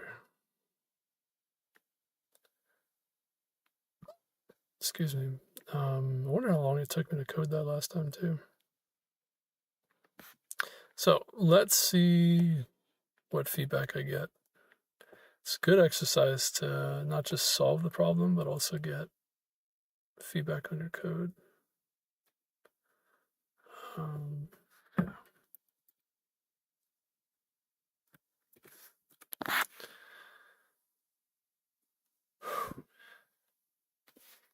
Okay. How much time? I think we're at... Yeah, we got another like 20 minutes or so. Let's see the feedback. Solution is correct and uses recursive decomposition with self-referential lambdas. However, it recalculates subproblems repeatedly, leading to exponential time complexity. Add memoization. Since the result for n depends only on smaller odd values, memoization drastically improves performance. Improved version with memoization. Unordered map, int, recurse, memo target, return memo target, result, pushback tree node. What I left, right? So I'll push back new tree node. Oh, okay. Time from exponential to O(n)² effective calls. Passes LeetCode optimal speed. Huh. Okay, yeah, fair enough. Memoization. I probably should have thought of that, quite frankly. Alright, let's memoize then.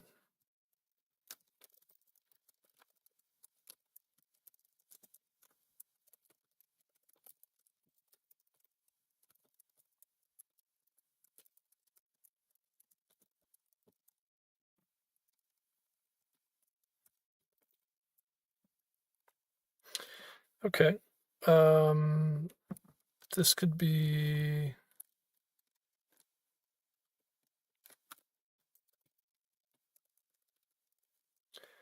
Yeah. Okay.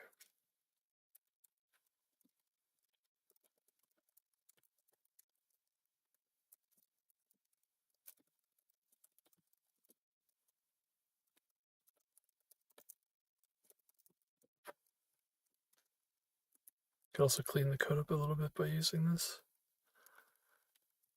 They just use auto. They were like, whatever, man. Just use auto.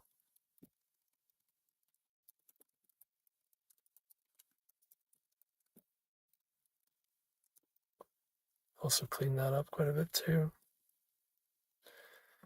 And all we would do is say if auto pointer equals memo.find of target.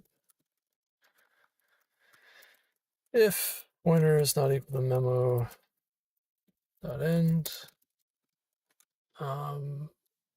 then we return pointer second, I think. And then here we're going to say memo of target equals result. Something like this.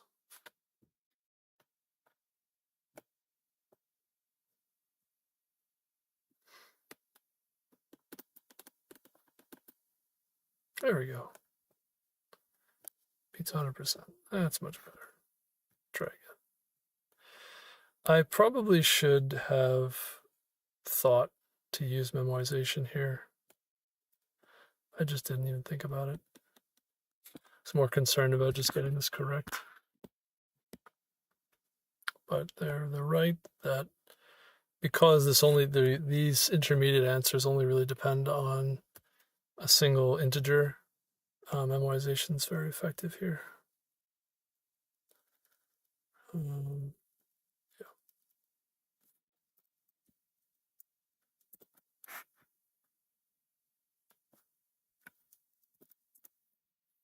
Hmm.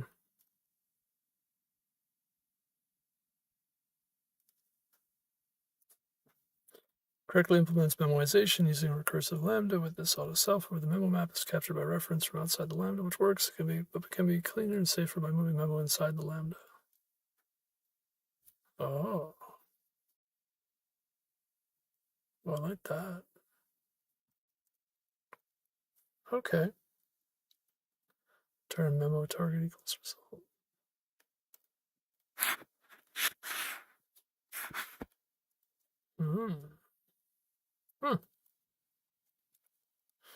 Should I use memo.count here? It's told by an interviewer. Generally speaking, it's better use pointer to the .find result because it saves lookup when later accessing. Do you understand?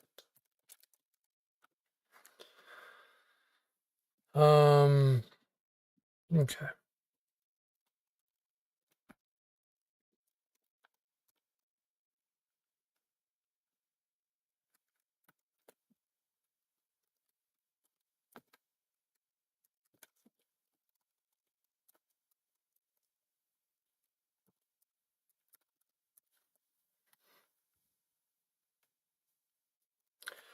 Correct input principle.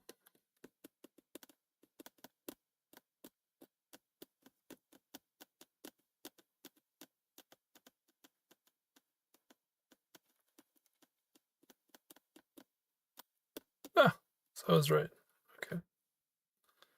Yep. It's more efficient to do it the way that I did it.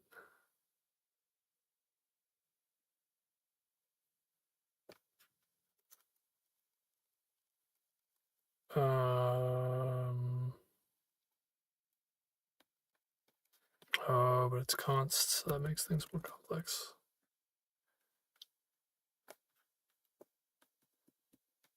Yeah, I see. Interesting.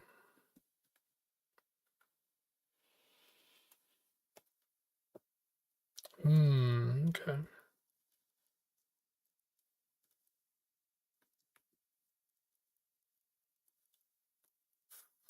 Could also just obviate these two.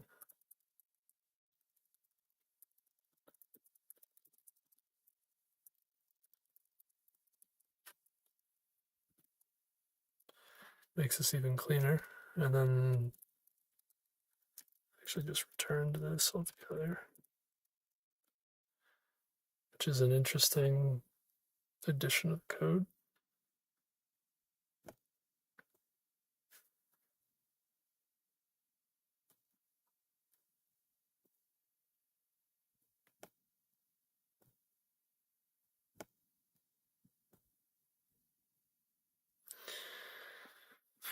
Okay. Oh. Okay. Hey, bro. Love from India. What's up? TJ Dad, Dada. Welcome. Hello. Howdy. Howdy. Howdy. Appreciate that. I appreciate that, man. Looks like this is correct. Let's see. Let's see. Yeah, it works. How did we do so far? So I've got this space case auto recurse with the memo right in there. Pointer result targets 1, push back. Yeah, this is clean. This is pretty clean. Okay. Let's see what it says now. What does it say?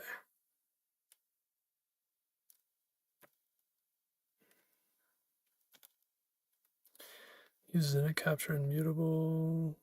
Call gets its own memo if needed. More self-contained idiomatic. Okay. I suppose I should put this before the recursion. Return vector tree node.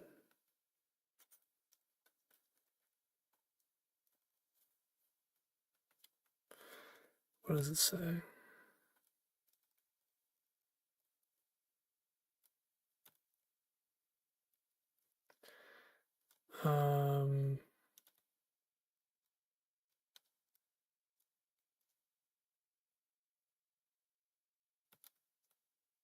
Okay.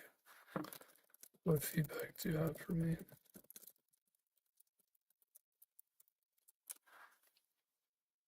Let's see. See if there's any other feedback here that's good. Correct and well structured. Both are best practices. Memoization, find iterator, init capture, modern efficient recursion, early return for even before declaring recursive reduced nesting, empty vector directly instead of checking n and 1 at the end. Strong understanding of C++ 17 idioms and optimization.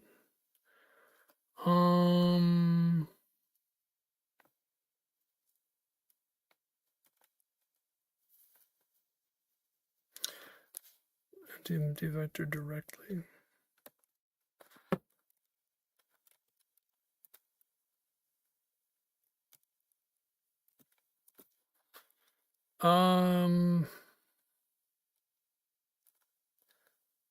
There's one slight change here, I guess it's this one.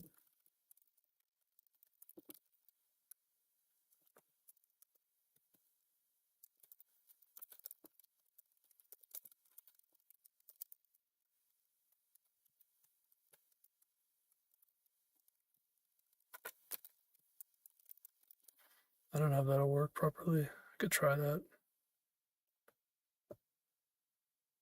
Oh, it works, okay. Cool. It's a little bit cleaner, I think, in terms of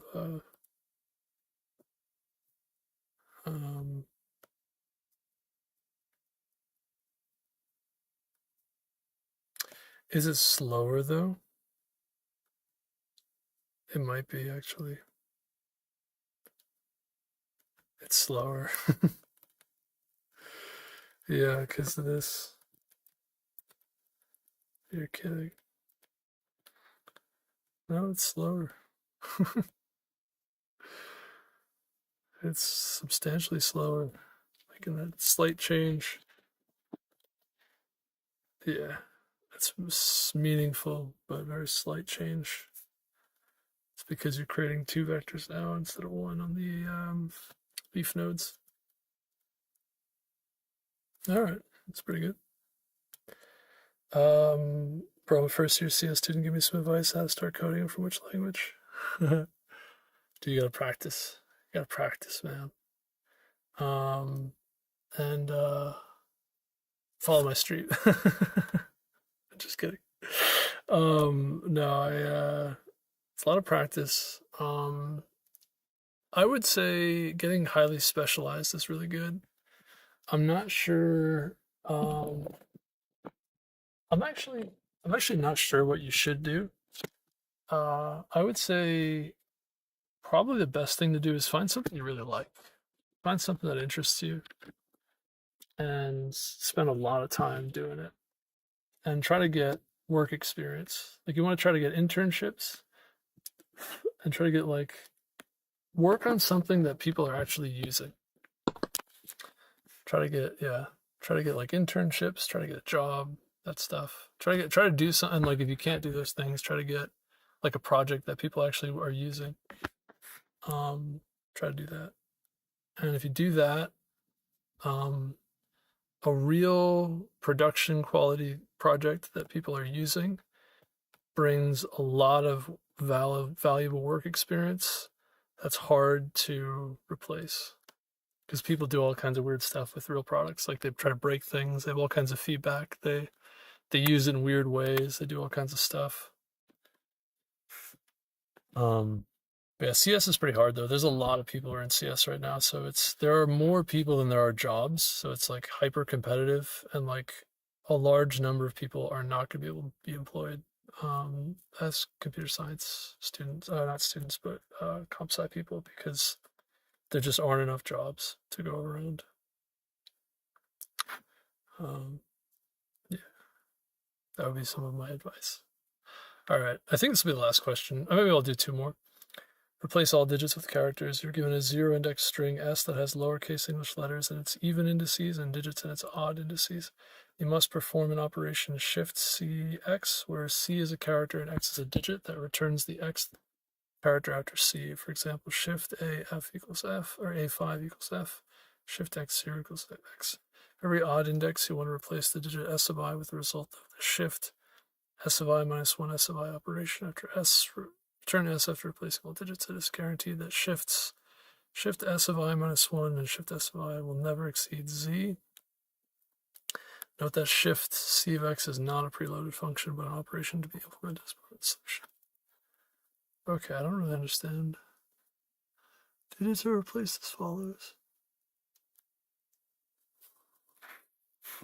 Output A, B, C, D, E, F. Shift A1 is B. Is it just a single digit? A1, B2, C3, D4, E. E. S consists of only lowercase English letters and digits. Shifts S of I minus 1 S of I is less than or equal to Z for all odd indices of I. A little confused.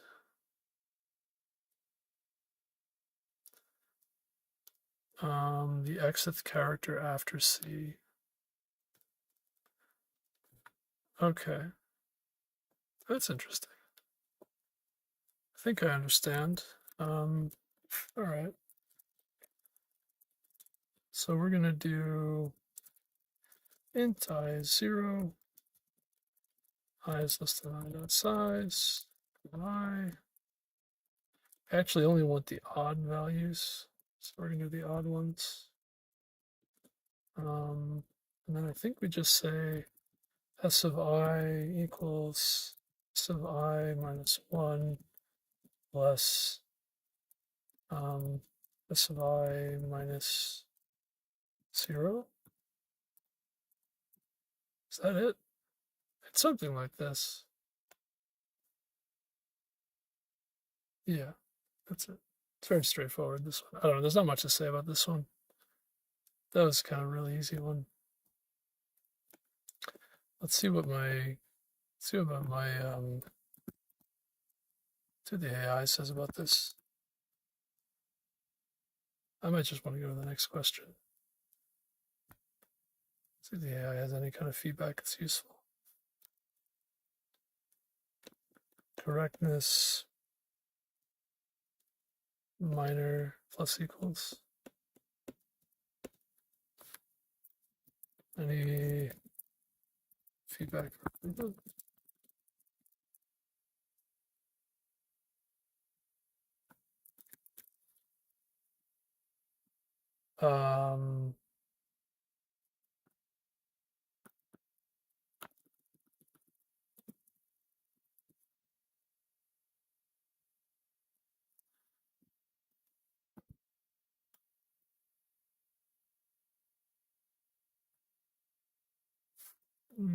Correct, efficient, optimal.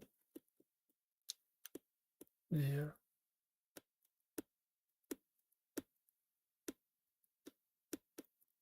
All right. That's about it. Okay. We'll do one more. Clear digits. Might be how we're doing. Yeah, we're over 2 hours. Okay. Given a string x, your task is to remove all digits by doing this operation repeatedly. You delete the first digit and the closest non-digit character to its left. Return the resulting string after removing all digits. Note that the operation cannot be performed on a digit that does not have any non-digit character to its left. All right. CV34. Oh, I see. Okay. So I kind of want to put things into a stack. Or a queue, maybe. A double-ended queue might be good. Maybe a vector is good. Vector's fine. So when I see a digit, I would pop. Yeah. That's fine. Maybe pop back on the string. Let's do that. It's probably the easiest. Um,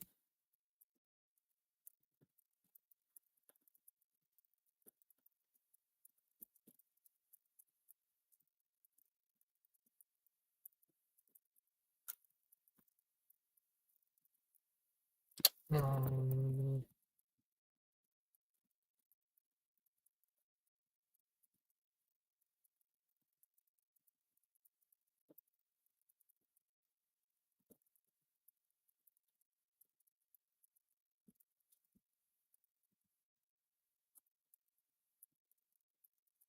think it's that simple.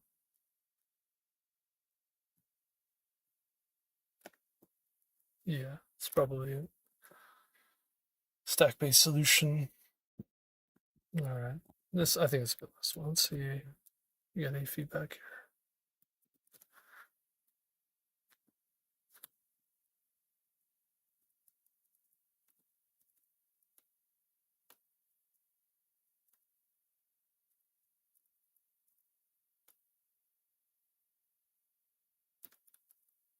Okay, thanks. No real feedback for that. Yeah, it's probably about as good as it's gonna get. Okay. I don't know. We'll submit one more and then go and then head off. So yeah, if you like the stream, don't forget to subscribe and like. And if you have any comments, definitely comments are good. Engagement's good. I think we'll end it there because it's probably time to do that. Yeah, I don't know what else to say. I think I'm very tempted to stop here, but then maybe stop here, but then maybe I'll stream again in like an hour or two or something. I'm trying to decide what I want to do exactly. But yeah, thank you all for watching.